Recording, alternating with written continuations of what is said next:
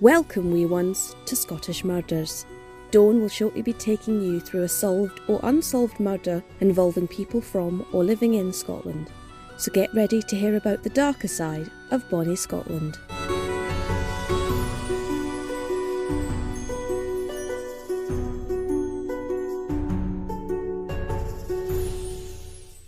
Before I begin, a lot of the information for this episode came from two specific books, one being Gone Fishing by Chris Clark and Adam Lloyd. It was Saturday the 11th of June 1977, and 37-year-old Frances Barker had spent the day at her sister's home in Parkhead in the East End of Glasgow, letting off steam, happily drinking and having a laugh after a long week working at the bakery. Having had a good day and plenty to drink, Frances decided in the late afternoon it was time to go home, and so a taxi was called for her. When it arrived, Frances's niece, Lily, who was 23 at the time, helped Frances out of the taxi and made sure she got in okay, as she was a bit unsteady on her feet. Lily waved the taxi off with Frances in it, not realising that this would be the last time she saw her Aunt Frances alive. The taxi driver drove Frances to her home in Maryhill Road in Glasgow, just a 16-minute drive away, where Frances, still unsteady on her feet, got out and headed towards her home. The taxi driver watched Frances for a second or two to make sure she was okay, but then got another call and headed off before Frances had made it to her front door. Frances was only reported missing a week later when her colleagues became worried that she hadn't been to work. The police were called, but despite speaking to neighbours and appealing for information, nobody had seen or heard anything. Frances had simply vanished.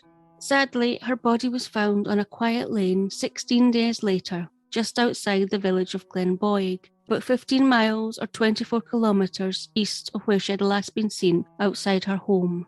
Frances was found half naked, with her legs tied together using her tights and her arms tied using her scarf. Her knickers had been put into her mouth to gag her, and she had been raped and then strangled, and left in a wooded area covered with leaves and branches to try to hide her body. According to the book Gone Fishing, the police investigating Frances's murder came to the conclusion quickly that she had likely been picked up and murdered by a kerb crawler, and so they visited the red light district to speak to the sex workers there to try to establish a likely candidate, and they wouldn't be disappointed. One particular lorry driver had been frequenting the red light district and picking up sex workers so often that one of the workers had actually taken down the lorry's number plate. The lorry was traced to a Thomas Ross Young, who was 44 years old. When his lorry was forensically examined, hairs belonging to Frances were found, and when his home was searched, a distinctive green make-up compact owned by Frances was found under the floorboards. The case was strong, but it only became stronger when another sex worker who had recently been raped picked Thomas Young out of a lineup. Thomas Young was arrested, and when he appeared in court, he was not only charged with Frances Barker's murder, but also 7 other charges, all but one being sexual in nature. Thomas Young had also been charged and found guilty of raping a 19-year-old woman in 1967, for which he received 18 months in prison, as well as being questioned in the same year following the disappearance of a 17-year-old girl who he had picked up and had sex with. But he had said that he had dropped her off near her home afterwards. And sadly, as there was no body or evidence, there was nothing the police could do. Shortly after being released from his 18-month prison sentence for rape, he then was charged and found guilty of raping a 15-year-old girl, for which he was sentenced to 8 years in prison. So had he escalated from rape to murder? The police believed so and felt they had a strong enough case to take Thomas Young to trial for Frances Barker's murder, although not everyone agreed, and some felt he could have been set up so easily given his past record. Thomas Young's trial took place in October 1977 at the High Court in Glasgow, where the jury took just 1 hour to find him guilty of Frances's murder, and he was sentenced to 30 years, which was the longest prison sentence to be handed down in Scotland at that time. But was Thomas Ross Young the murderer of Frances Barker? So because the police had quickly caught Thomas Young for Frances's murder, holding him in custody until his trial and conviction, the people of Glasgow felt safe to go about their business again. On the 5th of August 1977, nearly 2 months after the disappearance and murder of Frances Barker, 20-year-old Anna Kenny was getting ready for a night out in Glasgow. Anna lived with her dad Francis, mum Mary and brother Frank, and had recently got a job working in a brewery, along with her best friend Wilma Sutherland. The pair were inseparable, and having spent a long week at the brewery, they both were looking forward to a night out, spending their hard-earned wages on a drink or two. The latest pub to be seen in Glasgow was called the Hurdy-Gurdy, and so on Friday the 5th of August, Anna and Wilma headed straight there, spending the entire evening there chatting with friends throughout the night. The pair had started talking to a man that they both knew, who had a bit of a crush on Wilma, and shortly after, the trio were then joined by another man who was meant to be meeting a friend of his, but they hadn't shown up. Having spent the rest of the evening together, drinking and laughing in the Hurdy-Gurdy pub, at closing time the foursome then left the pub together, and Wilma and the man who fancied her hung back and had a wee kiss in a doorway, while the man who had been stood up walked Anna to get a taxi. They had a bit of a kiss too, but Anna said that she wasn't interested in anything more and was going home, at which point he said bye and started walking home himself, catching Anna begin to hail a taxi as he turned away. This would be the last time Anna was seen alive. She was reported missing to the police the next day. The police initially suspected the man who had walked Anna to get a taxi that night, but thankfully for the male, he had encountered many friends as he walked home, so they were able to provide him with a strong alibi, leaving the police with no leads, as again, despite appeals for information, nobody had seen or heard anything. Just like Francis, Anna had simply disappeared.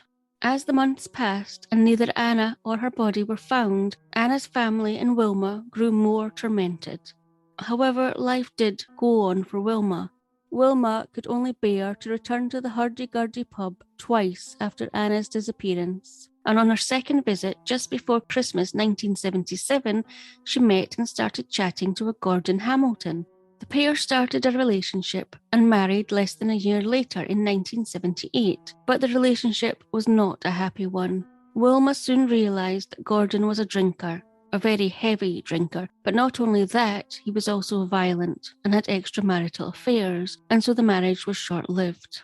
However, possibly the relationship had been doomed from the beginning, as on the day of the wedding in 1978, Gordon and his best friend had a huge falling out. So huge, in fact, that his best friend didn't attend his wedding, and the pair never spoke again. No one knows what Gordon and his best friend, Angus Sinclair, argued about that caused such a rift. On the 23rd of April 1979, 6 months into the unhappy marriage, and almost 21 months after Anna had vanished, the police came to Wilma's home and told her and her husband Gordon that remains had been found in a shallow grave in remote Skipness in Kintyre. Skipness is either about a 3-hour drive away from Glasgow, where you have to drive northwest of Glasgow first, then double back on yourself and end up southwest of Glasgow, or alternatively, you could take a car ferry there, which was more of a direct route. The remains were thought to be Anna Kenny's, which soon after was confirmed as 2 distinctive earrings were found, as well as what was left of the top she had been wearing the night she disappeared.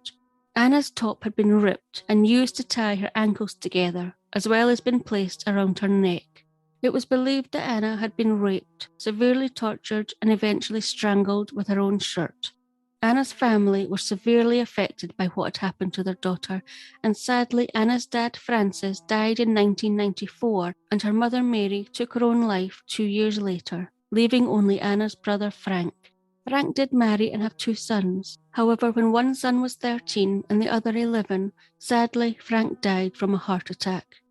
On the 1st of October 1977, while the investigation into Anna Kenny's disappearance was still ongoing and 2 months since she had disappeared, Matilda, who preferred to be known as Hilda Macaulay, was getting ready for a night out. Hilda was 36 years old, was a wife and a mother of 2 sons, 13-year-old George and 9-year-old Mark. Hilda was estranged from the children's father, though, and she and her 2 boys were currently staying with Hilda's mother, Martha, in the Maryhill Road area of Glasgow. Hilda did have the full support of her mother, who every Saturday evening would look after the boys so Hilda could go out and enjoy herself. However, Hilda was still a single mother, and she worked hard to provide for her sons, holding down 2 cleaning jobs. While things for Hilda were tough, She had a great relationship with her mother and children, and it was a happy household. On Saturday, the 1st of October, like every other Saturday night, Hilda's boys, George and Mark, helped her get ready for a night out, laughing and having fun. Before Hilda left for the evening, she kissed both of her boys and said bye to them and her mother, and then she was gone. Hilda met up with 3 of her close friends that evening, where they had a few drinks in local pubs while they caught up with the week they had had, before finally heading to their favourite spot, the Plaza Ballroom, for a night of dancing. As usual, upon entering the ballroom, the friends went off in various directions to chat to other friends and have a dance. It was about 12:15 a.m. on Sunday, the 2nd of October, when Hilda collected her coat from the cloakroom attendant, and then Hilda had walked outside, presumably in the hopes of being able to get a lift home, something which she did regularly, sometimes even taking lifts from strangers. Had she maybe met a man at the ballroom who had promised her a lift home? When Hilda didn't arrive home after a night out, her mother, Martha, began to worry. It was so unlike Hilda not to come home or to call if there was a problem. Martha called around Hilda's friends, but there was no news. Nobody had seen her. All of Sunday, Martha hoped and hoped that there was a reasonable explanation for Hilda's delay, that she would walk through the door any minute. However, she didn't. And by the early evening on Sunday, the 2nd of October, Martha's worst fears became a reality. A local newspaper had reported that a body had been found in trees on waste ground in a secluded, obscure spot near the entrance to a caravan site, an area known locally as Lovers Lane, on the main road from Glasgow to Greenock, about 16 miles or 26 kilometres away from where Hilda had last been seen. If Martha had been in any doubt of the identity of the body, the description of the body and clothing confirmed to Martha that this was her daughter Hilda. Martha, in a distraught and shocked state, contacted the police and told them the description was of her daughter. Hilda had been found half naked with her hands tied behind her back and had been gagged. Hilda had suffered horrific head injuries, had been raped, and then had been strangled. While Hilda's clothing was strewn around her, items such as Hilda's bag, shoes, coat, and a hairpiece had been taken, none of which were ever found. The police launched a murder investigation, first trying to track down as many people as possible who had been at the Plaza Ballroom on the evening of Saturday the 1st of October, as any number of them could be potential witnesses. However, this task was not an easy one. The Plaza Ballroom was very popular, and it had been Saturday night. It was packed with nearly 1,000 people there that evening. Despite the appeals from the police for anybody who had been there that evening to come forward, between 250 and 300 men who had been there never did come forward. Of the people who did come forward, none of them reported anything untoward. Of those that had seen Hilda, they said she had been mostly alone, chatting with one group of friends or another, and she had been seen leaving about 12:15 a.m. by the cloakroom attendant who had regularly seen Hilda at the ballroom and who reported that Hilda appeared to be sober. When Hilda left the ballroom, it was getting towards the end of the night at this time, and it had been busy on the street, with people leaving the ballroom for the night. Despite 1,200 people interviewed in Hilda's murder inquiry, nobody had seen or heard anything that could give detectives a lead. Once again, just like with Anna and Frances, it appeared that Hilda had simply disappeared. I wasn't able to find out anything about what became of Hilda's 2 sons, George, who had been 13, and Mark, who had been 9, but presumably Hilda's mother and their grandmother, Martha, cared for them. Hilda's mum, Martha, died in 2004, without her daughter receiving justice.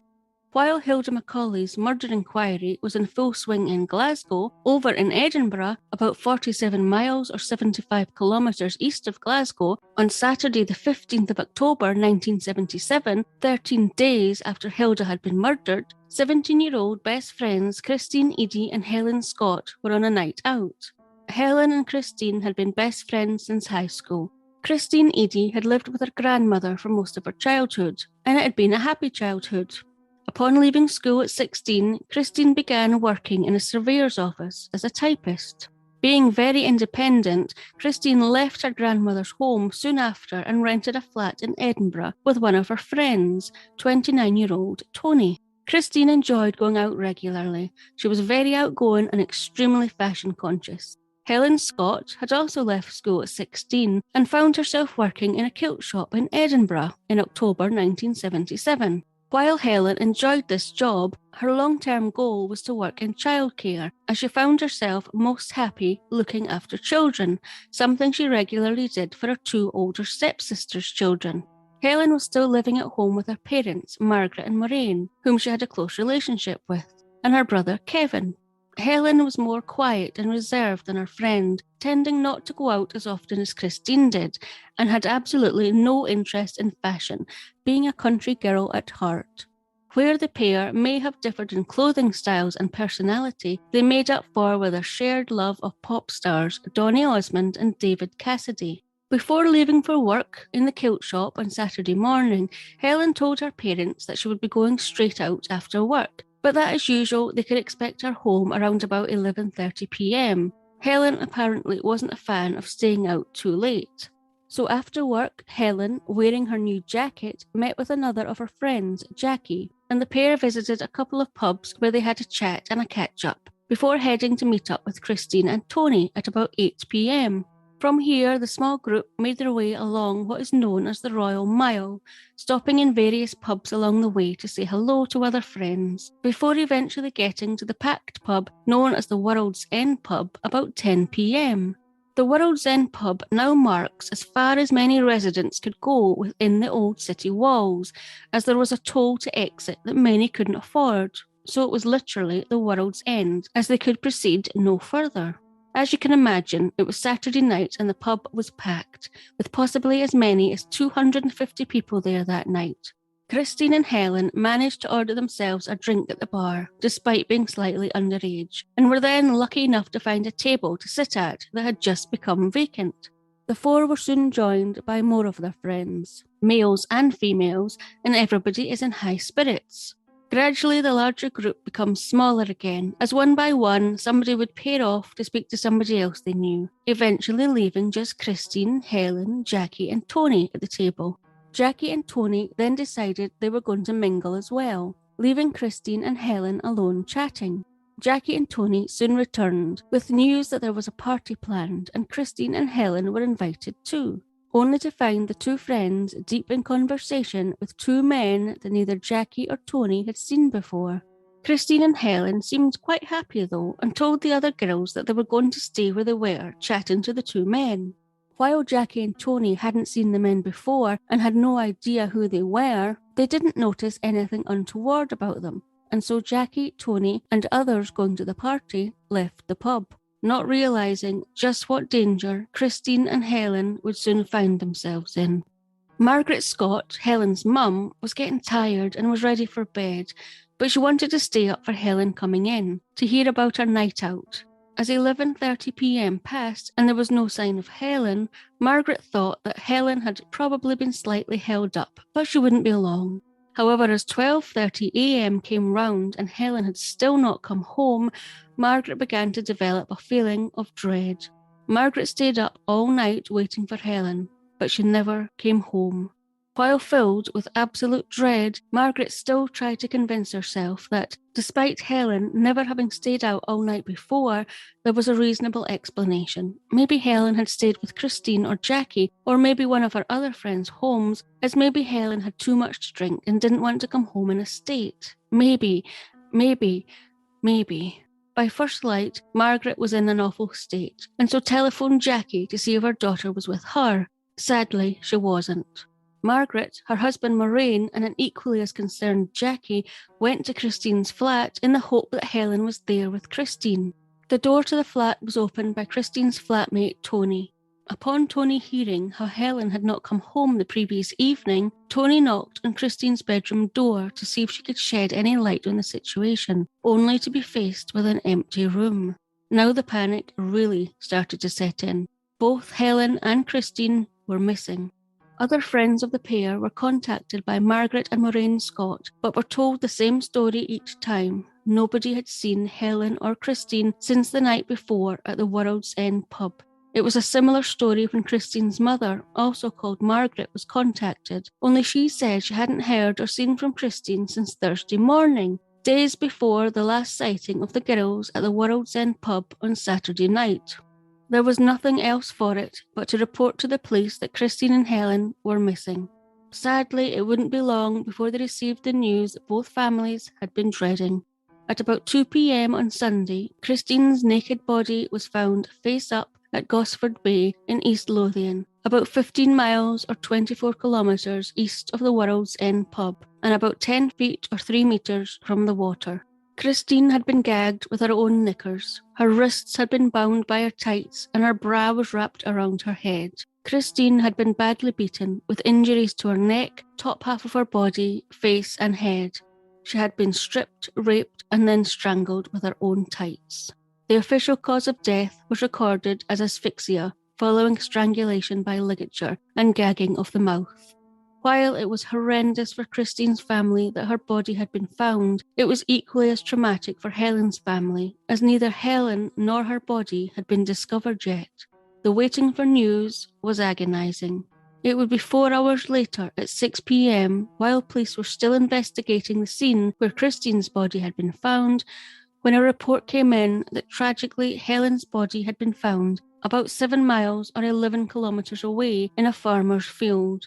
Helen had been left face down in the field, naked from the waist down and partly covered with her new jacket, with her hands bound behind her back by her own tights and belt, and her knickers were close to her face, indicating that maybe she had been gagged with them, but had somehow maybe managed to get them out of her mouth. Helen had been severely beaten, with evidence that her killer had stamped forcefully on the side of her head with their shoe, then sexually assaulted her before strangling her, but manually this time, as bruises caused by fingers were noticed under her jaw, which indicated this.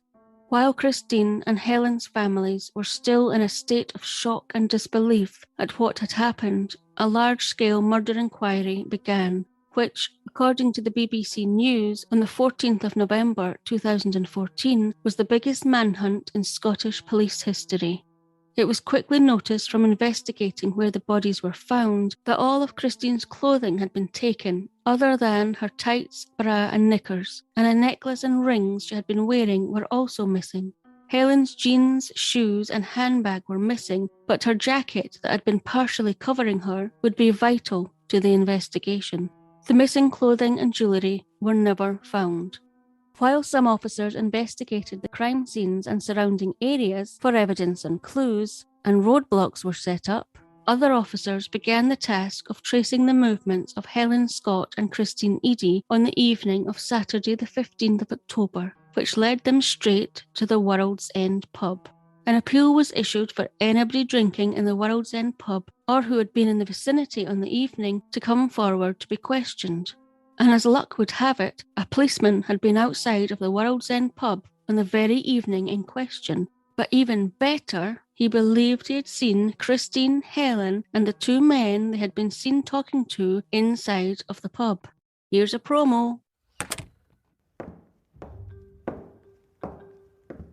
Oh, hello. Let me introduce myself.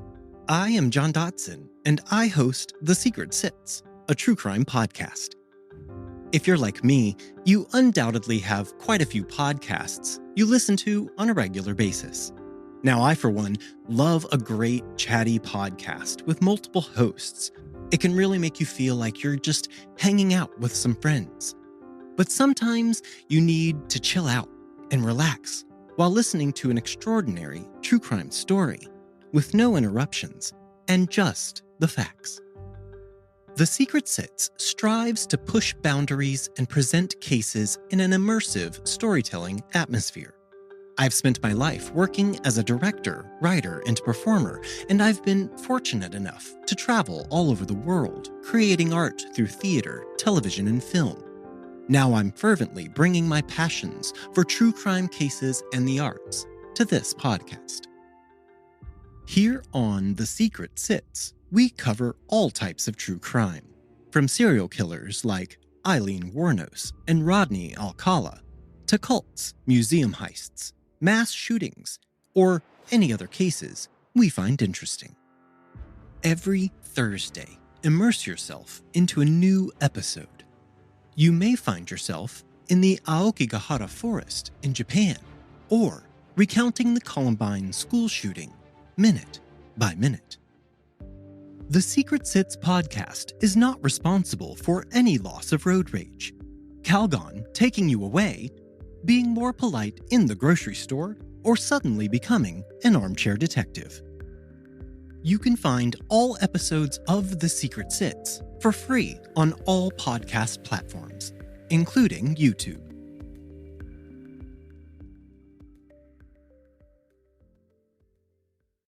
And now, on with the story. PC John Rafferty was patrolling the street that the World's End pub was on that evening by foot, and he said that around 11:15 p.m. on the Saturday night, he had seen who he later believed to have been Helen and Christine come out of the pub, and as the girls were passing PC Rafferty, the girl he believed to have been Christine stumbled and fell to the ground. He said that this girl appeared to be quite drunk, and so he helped the other girl, who he believed to have been Helen, pick Christine up from the ground. The girls then started walking away. PC Rafferty then said he noticed a man watching him intently from the pub's doorway. The same male then walked towards Helen and Christine and appeared to offer them a lift. As it was getting busy on the street now, as the pubs were starting to come out, PC Rafferty got briefly distracted. But when he glanced back to where the girls had been, he saw them disappearing further along the street, this time accompanied by two men who were walking behind them, one of which was the man PC Rafferty had seen standing in the doorway. He said that he watched them for a short while and was planning on taking the number plate of the car they got into. However, the foursome turned a corner and were lost to him.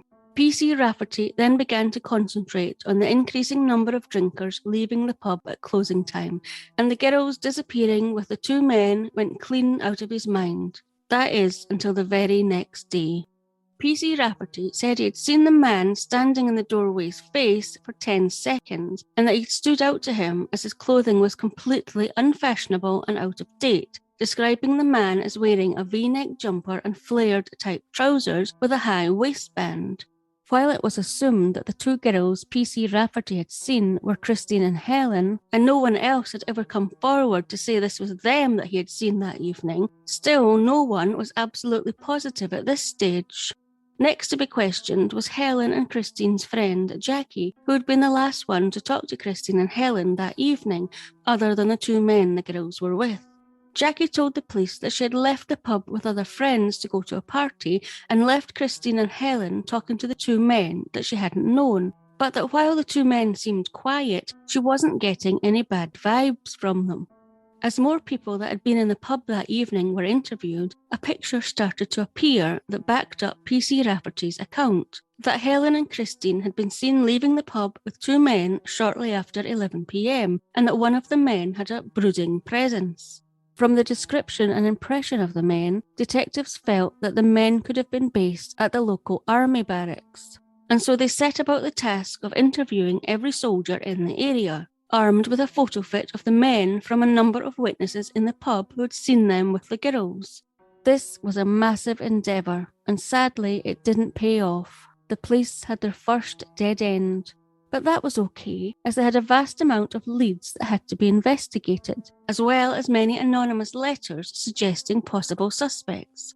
All of these leads and possible suspects were investigated, but led absolutely nowhere. According to the Edinburgh News on the 11th of March 2019, in total the police had conducted 150,000 interviews, all of which were recorded on 24,000 pages of statements, all done via paper and pen and filed in filing cabinets, as this was before the era of digital records. However, despite the murder inquiry being the biggest manhunt in Scottish police history, and despite the massive amount of people who had been interviewed, the case went cold. Incidentally, on Monday the 17th of October, the day after Helen and Christine's bodies had been found, the trial of Thomas Ross Young on the charge of raping and murdering Frances Barker began. And even more incredulously, despite the similarities in the rape and murders of Frances Barker, Helen Macaulay, and Christine Eadie and Helen Scott, these cases were not linked. Thomas Ross Young had been in custody, so he couldn't have carried out the subsequent murders. So was it just a coincidence that 3 other girls had been raped and murdered in very similar ways to Frances? And of course, Anna Kenny had not been found at this time, but when she was found in 1979, it was determined that she too had been raped and murdered in just as similar a way. But the police did not connect these cases, at least not publicly. Helen's mother, Margaret, had never recovered from the brutal murder of her daughter. Her health started to decline and she sadly died in 1989, 12 years after Helen's murder, never having seen her daughter receive justice. Even though the cases of Frances Barker, Hilda Macaulay, Helen Scott, Christine Eadie, and even Anna Kenny, even though her body had not yet been found, had not been publicly linked by the police, many parents living in Glasgow and Edinburgh began to ask questions and become increasingly concerned for their daughter's safety, especially if they were on a night out. But equally, for many living in these areas, despite the murders being upsetting and concerning, it wasn't going to stop them living their lives. One such person who thought like this was 23-year-old Agnes Cooney, who lived in Coatbridge, about 11 miles or 18 kilometres away from Glasgow city centre, with her elderly and frail aunt who needed care.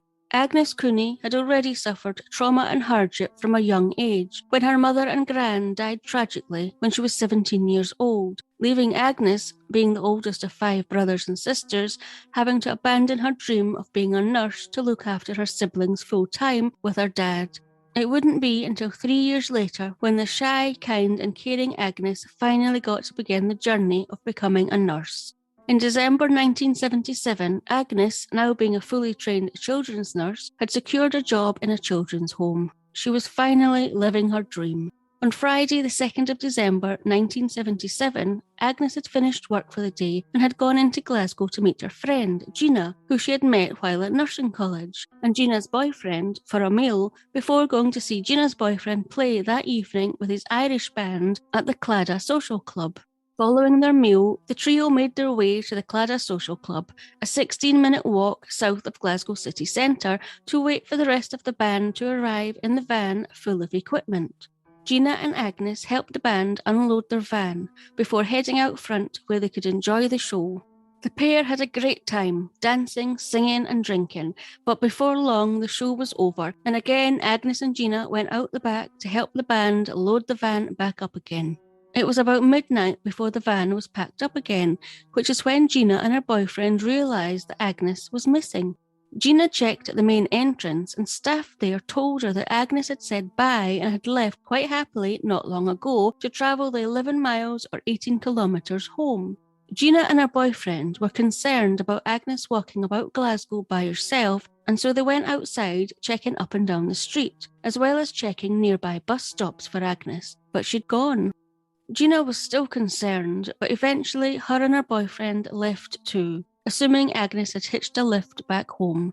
The first Agnes's family knew there was a problem was the next day, Saturday the 3rd of December, when they received a phone call from Agnes's work to say that she had not shown up. Everybody agreed this was worrying, as Agnes was such a dependable person and would never just not show up for work. The police were called and Agnes was reported as missing. While trying to stay positive, the family were also aware of the recent murders of women in Glasgow and Edinburgh after a night out. But no, there would be a reasonable explanation for Agnes's disappearance. However, the family's hopes were dashed at 9 a.m. the following morning when Agnes's body was discovered in a field near Caldercrooks village, which is about 20 miles or 32 kilometres east of where Agnes had been enjoying herself on a night out less than 48 hours previously. Agnes's hands were tied behind her back using her own clothing. Otherwise, she was fully clothed, with one of her socks appearing to have been used as a gag, although it was no longer in her mouth. Agnes had been stabbed 26 times, with the fatal wound being to her neck. Agnes had not been sexually assaulted. It was believed that Agnes had been held elsewhere for at least 24 hours before being taken to the farm and killed, as the farmer who found her would have seen her sooner if not.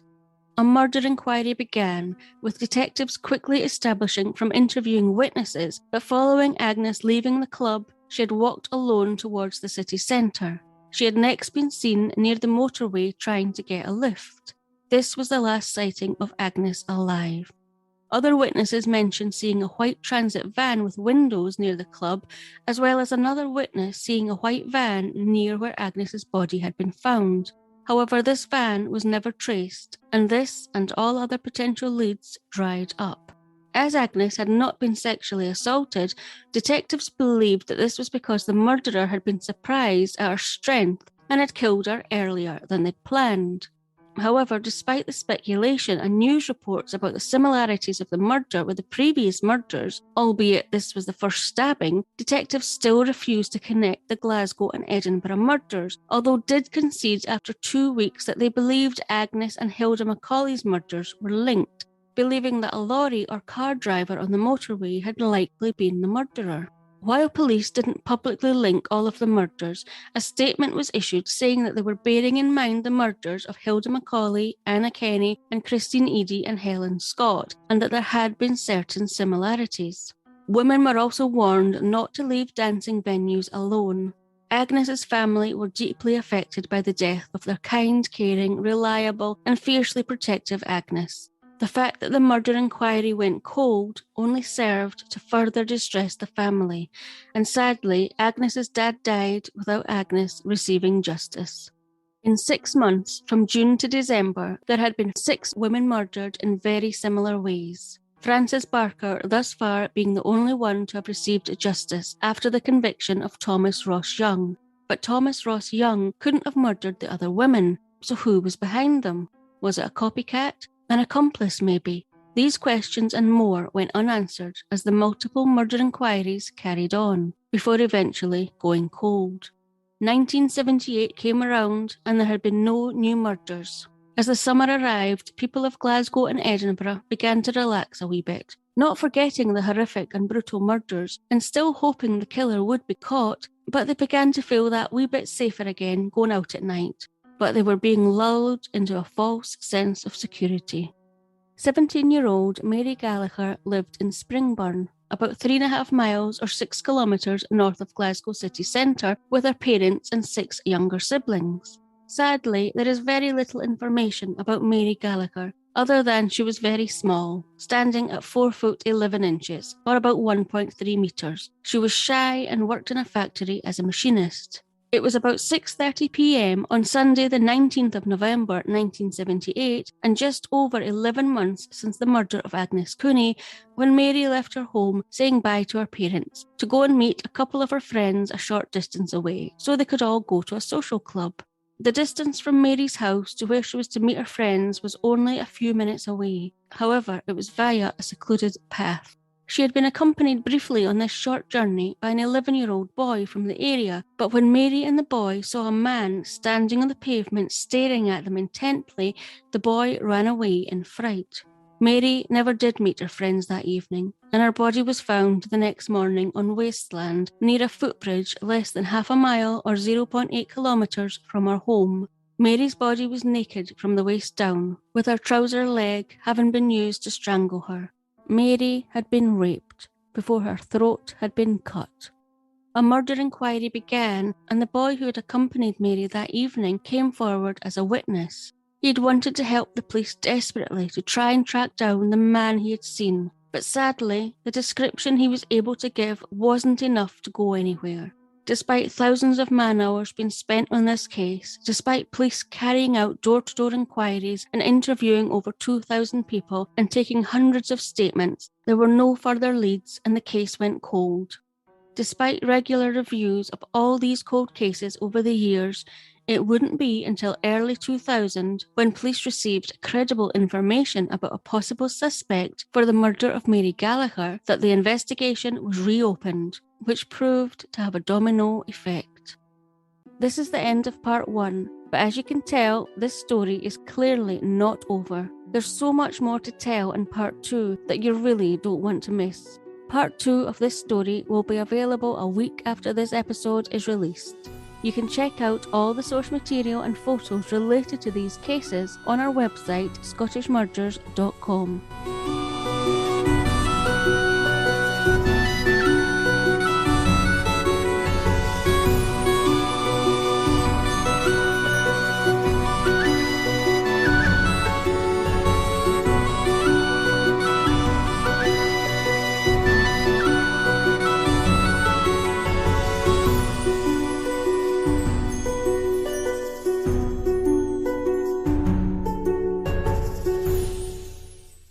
Scottish Murders is a production of Cluarantonn.